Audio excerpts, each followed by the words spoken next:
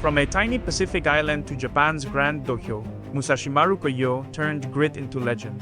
On Sumo Spirit, watch how a AI kid became one of Japan's most celebrated champions, pure power, iron will, destiny.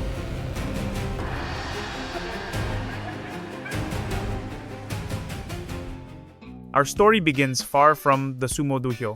Fiamalu Penitani, the future Musashimaru, was born in American Samoa in 1971, the fourth of 6 children, to a father of Tongan and German descent, and a mother of Samoan and Portuguese heritage. But later, his coach spotted a rare combo: size, balance, agility, and floated a wild idea: sumo.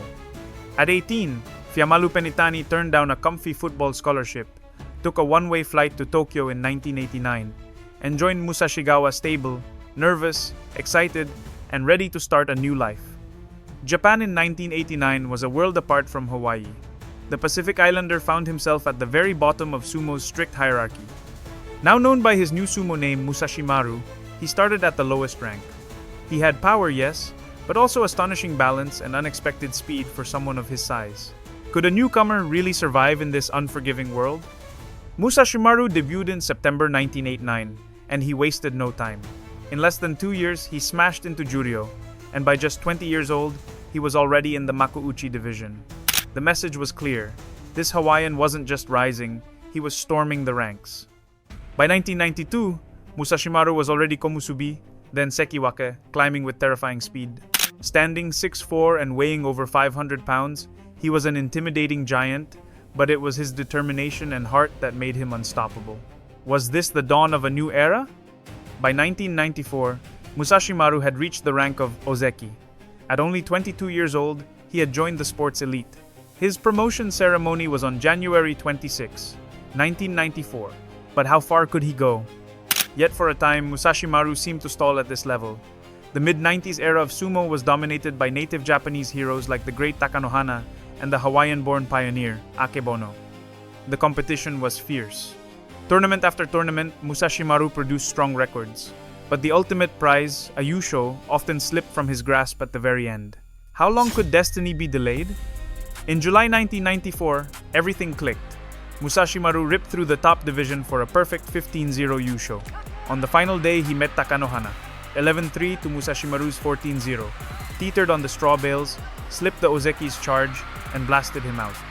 With that shove, he became the third foreign-born champion, after Akebono and Konishiki. But the triumph was bittersweet. In the following tournament, he faltered slightly, finishing with 11-4, while Takanohana seized the championship and secured his own promotion to Yokozuna.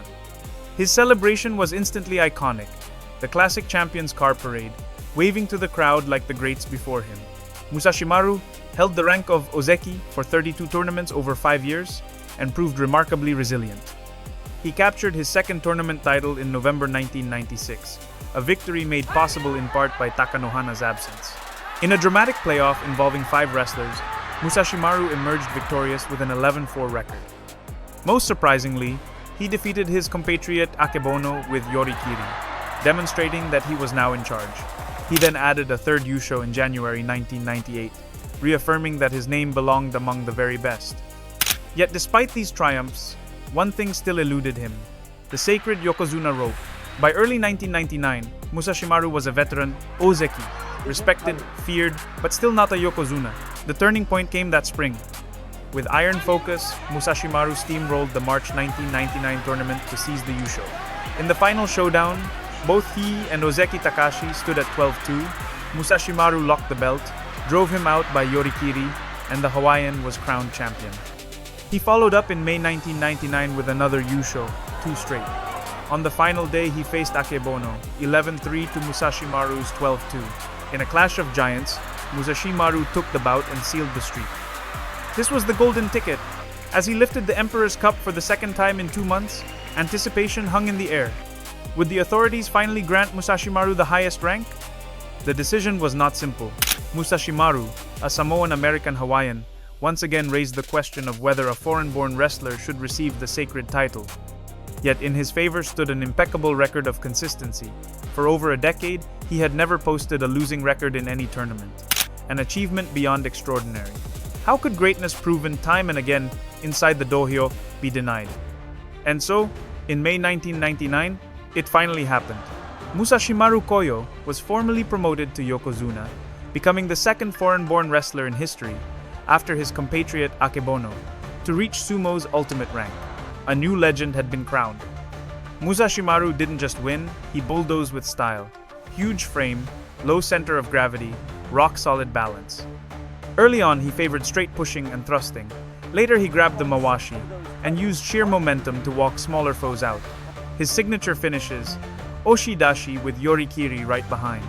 The dawn of Musashimaru's career as Yokozuna was as brilliant as it could be. He proved himself a great champion from the very start, recording a solid 12-3 performance in his debut tournament at the highest rank. Before the year 1999 ended, Musashimaru had added 2 more championship titles, bringing his total that year to 4 spectacular achievements. A defining moment came on the final day of the 1999 Kyushu Basho, where he defeated Takanohana by spinning him down with a powerful Yori Taushi. A clash of titans, sealed in history. Yet in January 2000, the mighty Musashimaru faced his first major setback at the very top. Midway through the New Year tournament, he suffered a serious injury to his left wrist, tearing a tendon. The pain was immense. For the first time in his career, Musashimaru was forced to withdraw from a tournament halfway through. The injury shattered his astonishing streak of 55 consecutive tournaments with a winning record, Kachikoshi, stretching back to 1990. A bitter blow to an unshakable champion. But in September of 2000, he returned roaring. On the penultimate day of the Aki Basho, he clashed with Kaio, driving him out of the dohyo with a thunderous Oshidashi. Though he lost on the final day against Akebono and missed perfection, he claimed his 8th Yusho with a 14-1 record. A comeback of iron will. The following year, 2001, brought fresh challenges. Musashimaru stayed mostly injury-free and consistently in contention, but victory often slipped away at the very end. In January, and again in May, Musashimaru fell just short in those decisive championship battles. How cruel could fate be? Yet perseverance would not betray him. Later that year, in November of 2001, he finally seized the championship. Though he was defeated in the last bout of the Kyushu Basho by Kaio, who avenged himself with an okuridashi, stepping aside and shoving Musashimaru down, his 13-2 record was enough to secure his 9th top division title. If 1999 had been Musashimaru's great breakthrough year, then 2002 was perhaps his finest hour, as he dominated the sumo landscape. He claimed 3 Emperor's Cup championships in 2002. The first came at Haru Basho, where he again finished with a 13-2 record. On the final day, he faced Tochiazuma and was defeated by Okuridashi, yet still walked away with his 10th Yusho. Next came the Natsu Basho, where his misfortune on final days continued. This time he was driven out frontally by Kaio's Oshidashi. And yet, with another 13-2 record, he lifted the cup for the 11th time. But the most important of all came at the Aki Basho of 2002, where the 31-year-old Musashimaru faced a returning, but injured, Takanohana on the last day. At the end, Musashimaru prevailed, forcing his rival out with Yorikiri and securing his 12th championship, which would prove to be his last.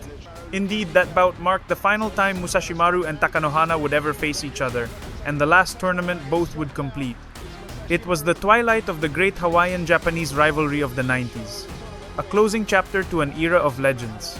Triumph and tragedy often walk hand in hand. Just as Musashimaru reached the peak of his powers in 2002, his body began to betray him. Could even giants be broken? The wrist injury from late 2002 lingered and turned into a chronic problem. He missed most of the tournaments in 2003 while trying to heal. In the November 2003 tournament, after suffering his 4th defeat by the 7th day, Musashimaru bowed to the inevitable and announced his retirement. It was a poignant moment. Was this the end of an era? He was the last of the Hawaiian dynasts of sumo, the final link in a chain of island warriors. In total, Musashimaru finished with 12 top division Yusho, remarkably, one more than his mentor and friend Akebono, and over 700 victories in Makuuchi. On October 2, 2004, in the sacred sumo hall of Ryogoku Kokugikan, Musashimaru held his retirement ceremony. Dressed once more in ceremonial kamishimo robes, he stepped onto the dohyo before an audience of dignitaries, fellow wrestlers, and devoted fans.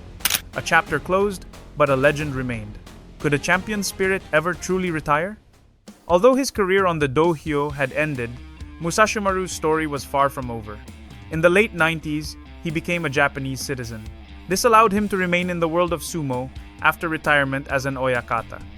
In 2013, Musashimaru opened his own Musashigawa stable as head coach, dedicating himself to training the next generation of sumo wrestlers. In 2008, he married a Tokyo-born hula dance instructor, a woman who shared his love for the Hawaiian culture of his youth. And in popular culture, Musashimaru remained a beloved figure. He even appeared in a playful 2009 Japanese TV commercial alongside Hollywood star Brad Pitt, who acted as his comic assistant in a mobile phone advertising campaign. Who could have imagined such a duo? The commercial's goal was to promote SoftBank's slim, lightweight cell phones by contrasting their size with the massive presence of the sumo champion.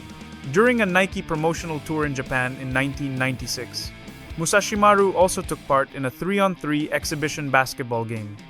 He, along with fellow sumo stars Akebono and Konishiki, faced off against NBA legends Charles Barkley, Jason Kidd, and Michael Finley, with none other than Michael Jordan himself serving as referee. The game was light-hearted and comical, highlighting the contrast between the agility of basketball players and the massive strength of the sumo wrestlers, with amusing moments such as block attempts and rebound battles. A spectacle where power met finesse. Musashimaru Koyo, the Hawaiian Titan, forged an indelible legacy as Yokozuna, conquering 12 yusho with indomitable strength and refined technique, proving that greatness in sumo transcends borders. If you enjoyed this video, don't forget to like, leave a comment, and subscribe to the Sumo Spirit channel for more content. See you in the next video.